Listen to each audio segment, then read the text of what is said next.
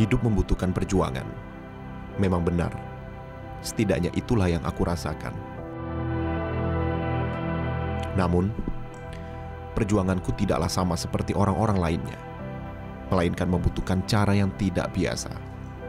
Layaknya sebuah pertandingan, aku tidak hanya menghadapi lawan, akan tetapi juga keterbatasan.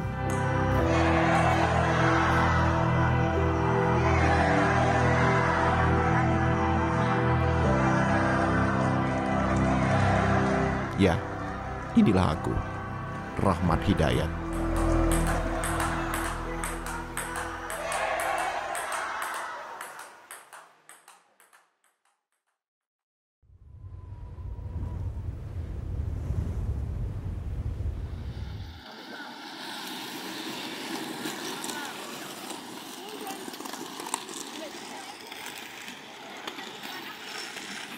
Sejatinya, olahraga bukanlah hal yang asing. Sejak belia, aku tumbuh seperti anak laki-laki pada umumnya yang menyukai dunia olahraga.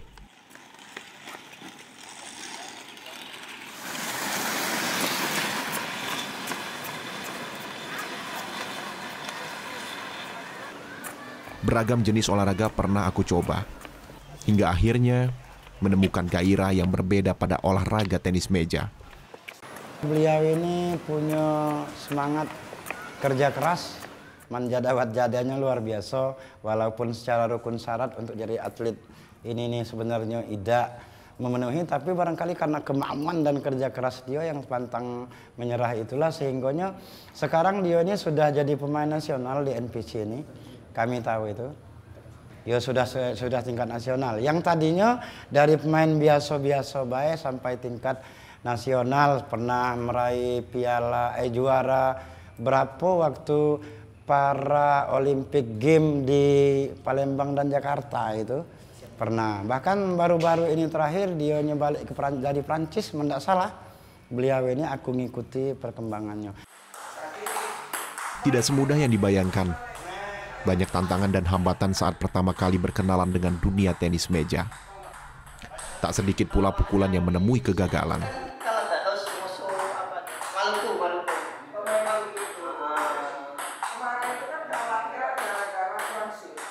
Kayak padi semakin tinggi, semakin menunduk, tidak petantang petenteng, dia rendah hati. Jadi yang pertama beliau ini menunjukkan sikap, dia tidak lupa dengan asal. Banyak wong ini asalnya dari klub ini, atlet apa baik, ketika sudah jadi lupa dengan asal. Tapi dia, ini balik lagi ke silver ini. Beruntung bagiku, karena dikelilingi banyak rekan yang mendukungku di dalam latihan. Aku dibantu oleh seorang pelatih yang juga adalah saudara dari istriku. Rahmat itu pertama ketemu itu dia latihan, kemauannya keras sekali, keinginannya tuh kuat gitu loh. Jadi kalau latihan itu dia jamnya malah ditambah sama dia. Dia latihannya dengan jam 3 jam, dia bisa nambah 2 jam. Jadi dia latihan sendiri itu bisa 2 jam, totalnya 5 jam. Tempaan keras yang diberikan secara tak langsung membentukku menjadi pemain tenis meja difabel yang lebih tangguh. Apa yang disampaikan pelatih, dia tangkep, dia coba. Walaupun kadang itu mungkin sulit buat dia dengan kondisi dia seperti itu. Tapi dia mau mendengarkan pelatih dan dia coba itu. Dan alhamdulillah peningkatannya luar biasa dengan kegigihannya, konsentrasinya, dan mau mengikuti arahan pelatih seperti itu.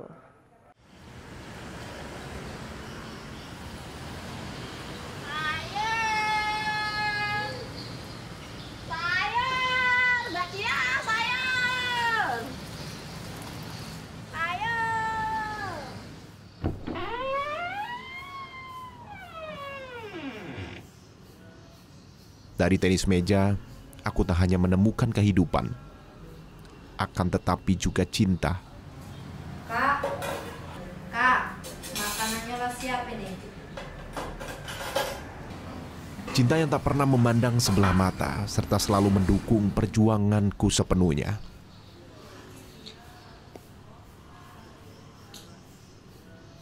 Makan aku dek, gitu hari ini.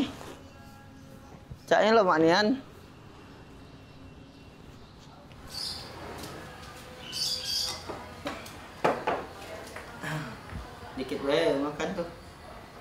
apa-apa Kak, banyak-banyak biar cukup seimbangan latihan olahraganya.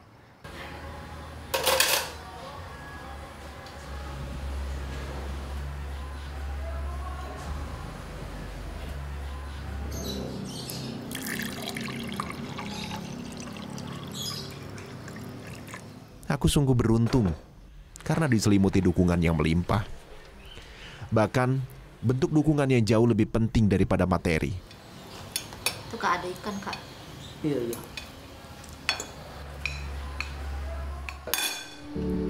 Nah Kak, sini gak suapi. Nah, biarlah, nggak bisa. Tak apa lah sekali-sekali. Oh, ya sudah.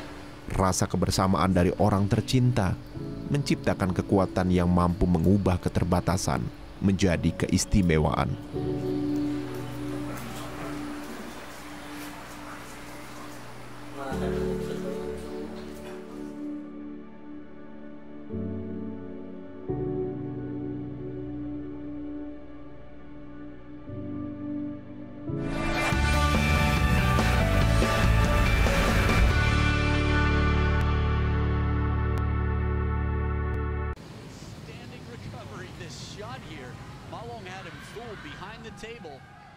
I think right off the serve, not even bothered, just rack it high, brings it right back into play. Banyak cara yang dapat dilakukan demi memenangkan sebuah pertandingan. Tak melulu melatih fisik dan teknik, akan tetapi juga bersiasat mematangkan strategi. Orang itu sering main diliput di YouTube kan. Nah, saya tonton YouTube itu, saya perhatiin apa kelemahannya, apakah di backhandnya. Kan kalau di kelas saya tuh agak kurang lincah semua karena saya ada di kelas 6. Kelas 6 itu kelemahannya otot kaki, otot tangan itu lemah semua. Nah, makanya saya lihat atau dia agak susah ke kanan, atau dia agak susah ke kiri. Nah, itu yang saya pelajarin. Terlahir berbeda, tak pernah membuat orang tuaku kecewa.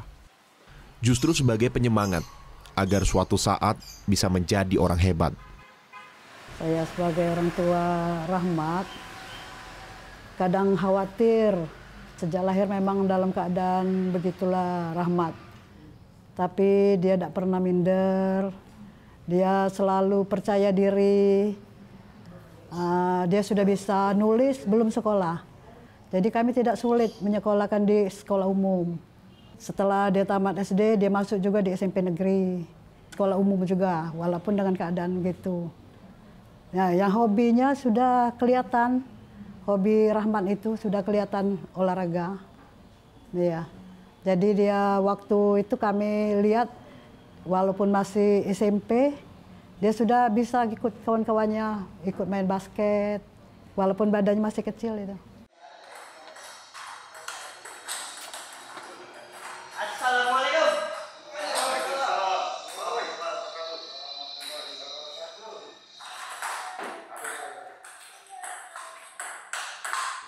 Saya tuh punya prinsip, saya nggak mau ngeluh depan orang tua, saya nggak mau kesusahan saya itu orang tua tuh tahu. Jadi makanya saya simpan, kalau saya sendiri yang susah, biarin. Kalau saya senang, saya bagi-bagiin ke orang-orang. Itu prinsip saya.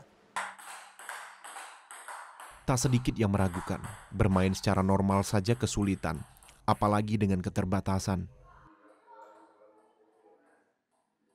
Kami orang tuanya ini yang selalu takut kalau dia itu minder, takut di macam-macam kan namanya manusia, orang-orangnya itu kadang ada yang liatin dia terus, tapi dia tidak pernah merasa minder. Malah dia ada kawan-kawan yang sama dengan dia tuh diajak jangan sampai minder itu, Rahmat itu. Nah disitulah dia bisa maju. Memang Rahmat ini kondisinya agak berbeda dengan yang lain. Dia pertama main pingpong itu tangan 2. Pertama kenal itu kan karena nggak tahu kalau tangan itu satu tuh gimana cara megangnya. Jadi dari pertama main pingpong itu tangan 2. Jadi mungkin di dunia cuma dia sendirian itu. Tangan 2 itu megangnya sendirian, cuma dia sendirian. Tapi memang dengan tangan 2 itu agak lebih sulit ya, agak lebih berat. jatuhnya lebih berat. Kalau mukul tenis meja kan yang layaknya memang tangan 1. Makin ke sini kita pelajarin, kita cari solusi supaya gampang dan powernya bisa keluar. Ya dapatlah solusinya, kita bednya diikat di tangannya gitu. Dan alhamdulillah sekarang ya agak santai mainnya, simple gitu loh, bukan santai. Simple, lebih enak, powernya keluar, semua permainan tuh keluar gitu, lebih ringan buat geraknya dibanding tangan 2. Yang pertama ya kan tangan 2 tuh, sekarang udah tangan 1 mainnya. Tenis meja itu permainan yang sangat susah menurut saya. Karena ada tuteran di bola itu, cara pegang bednya juga beda sama kayak kita main bola tangkis. Kalau main bola tangkis itu kan kena bola dia langsung masuk kan. Kalau tenis meja bolanya ada putaran, ada kanan ke kiri, jadi harus benar-benar maksimal untuk main tenis meja itu. Makanya saya suka tantangan itu. Tantangan bermain tenis meja itu.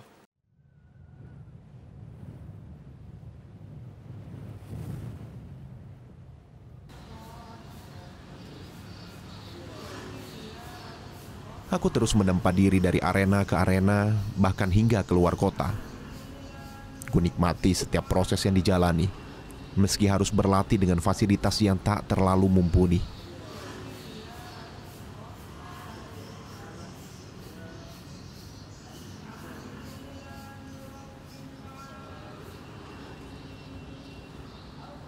Saya dulu tenis meja umur 6 tahun udah main tenis meja.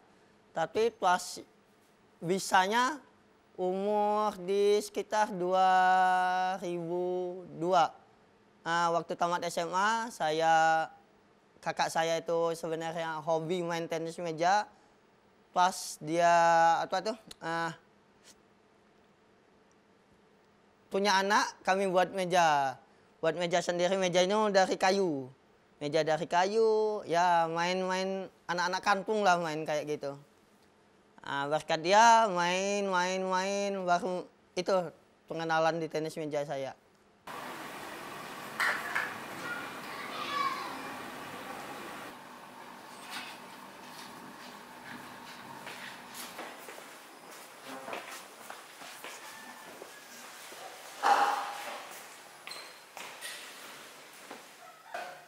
Bagiku, arena latihan dan fasilitasnya belum tentu mencerminkan kemampuan. Justru, banyak lawan tangguh yang kuhadapi berasal dari arena yang tak pernah terbayangkan.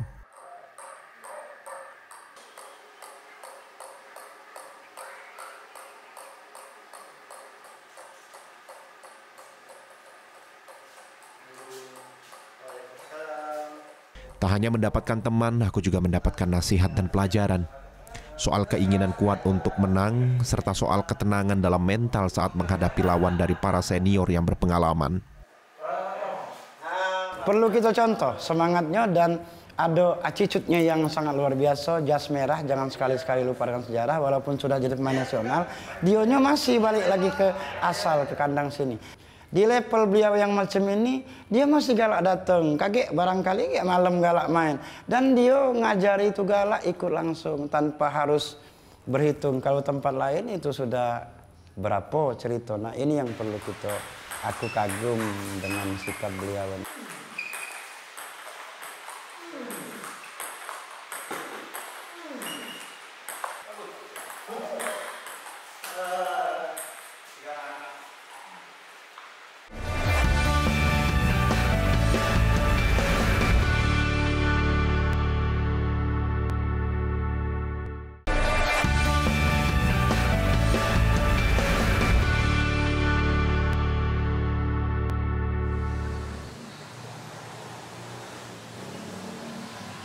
Berbeda daripada umumnya, tak menjadikan seorang lebih rendah, justru membuat seseorang menjadi istimewa. Dulu saya sering menangis tuh. Saya sering nangis di kamar, kenapa saya dilahirkan kayak gini. Cari kerja susah, teman-teman sekeliling suka atau menghina, wih orang difabel, orang cacat lah dulu. wah saya ini mau jadi apa waktu tamat sekolah waktu itu. Tahu-tahu saya kenal olahraga difabel. Ada apa waktu zaman 2012 itu udah mulai kenal difabel, oh kayak gini olahraga, maka saya tekunin. Saya latihan, ya tahun 2018 tuh alhamdulillah main menang, dapat uang dari sana, dapat semua yang saya inginkan dari sana. Dulu saya nggak kepikir itu menjadi atlet itu gimana rasanya. Dulu saya nyesel kenapa dilahirin cacat. Saya sekarang bangga karena saya difabel, saya punya keahlian, saya bisa seperti ini, bisa keliling dunia. Jadi difabel itu jangan pernah disesalin untuk teman-teman. Berbekal keinginan dan kerja keras yang kuat, aku pun memulai langkah demi mewujudkan mimpi besar, memberanikan diri untuk melangkah ke jenjang yang lebih tinggi. Gitu dulu ya. Iya Kak, hati-hati ya. Iya. Perhatian yang luar biasa dari orang tercinta juga membuatku lebih percaya diri untuk mencapai impian. Kalau sebelum latihan saya nyiapin peralatannya seperti sepatu, tas, bat, bola segala macam saya ingetin supaya nggak ada ketinggalan satupun. Pasti ya semangat terus saya kasih dukungannya tuh.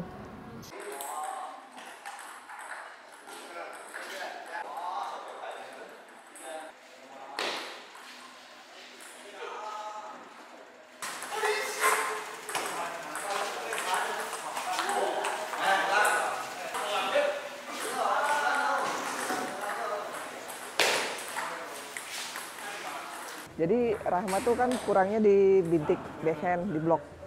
Jadi kita nanti fokusnya latihan di bintik. Jadi kalau orang nyerang itu, ya bener kakinya tuh buka kayak gitu kan ya. Buka, bener nahan tuh gimana kenanya bola tuh harus diperhatikan. Kalau misalnya bola di sini, ya kakinya geser. Perhatikan kalau kena di sini. Perjuangan tidak hanya soal mengembangkan kemampuan dan teknik, akan tetapi juga tentang konsistensi. Jika menyerah sekali saja, maka selesailah sudah. Biasanya sebelum pertandingan kita ada sparring namanya. Sparring atau latihan tanding bersama teman ya. Nanti kita ke klub, kita janjian sama si klubnya untuk latihan sparring namanya.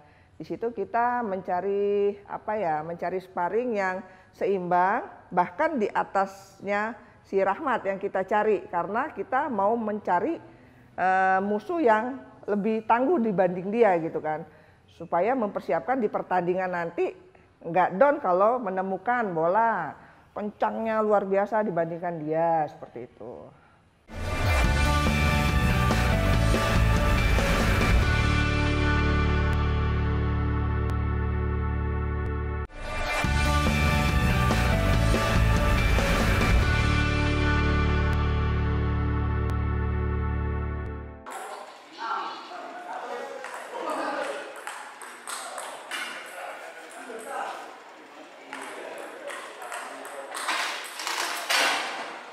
Nanti kalian main berdua di sini dihitung ya, mainnya bener-bener fokus gitu, bener-bener kayak gimana sih pertandingan gitu kan ya, harus merasakan di meja itu ya pertandingannya.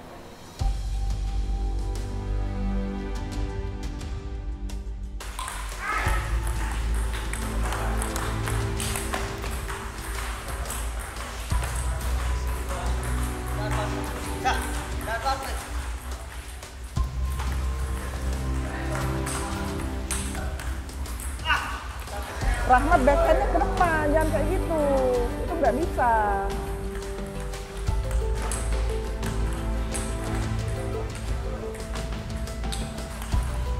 Kalau gitu kan tangannya terlalu tarik kayak gitu loh.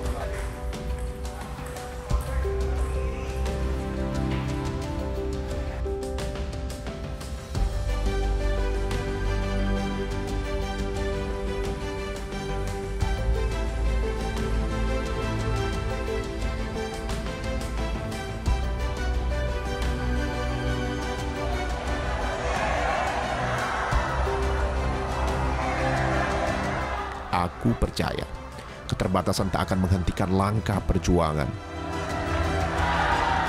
Perjuanganku menemui titik puncak hingga saat ini, ketika dipercaya mewakili Indonesia di berbagai ajang multi-event tingkat dunia.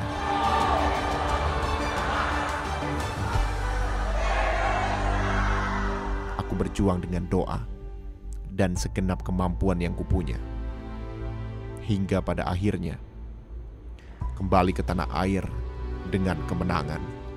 Dengan adanya Rahmat pertama kali menang itu sangat bangga, sangat senang sekali lihat dia itu. Dengan kemenangan meraih prestasinya, walaupun ada di perunggu, perak ya. Kemarin di Papua kemarin dapat emas. Kami bangga sekali dengan prestasi Rahmat itu.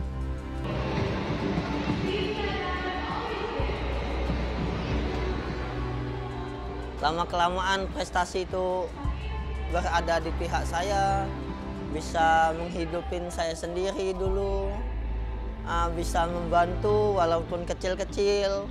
Saya bersyukur atas apa yang saya raih, membanggakan orang tua, membanggakan keluarga, membanggakan teman-teman di sekitar, dan saya lebih bangga lagi bisa mengharumkan nama Indonesia di kancah internasional dengan olahraga difabel.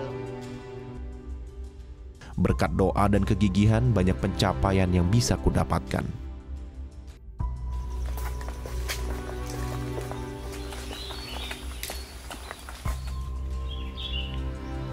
Segala pencapaian yang aku raih adalah suatu hal yang sangat kusyukuri.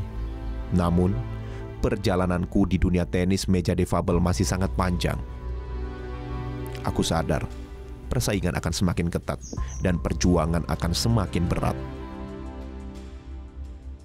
Jadi untuk motivasi yang atlet-atlet, adik-adik yang difabel, yang orang tua yang anaknya difabel, udah jangan takut sama difabel, jangan takut sama kecacatan.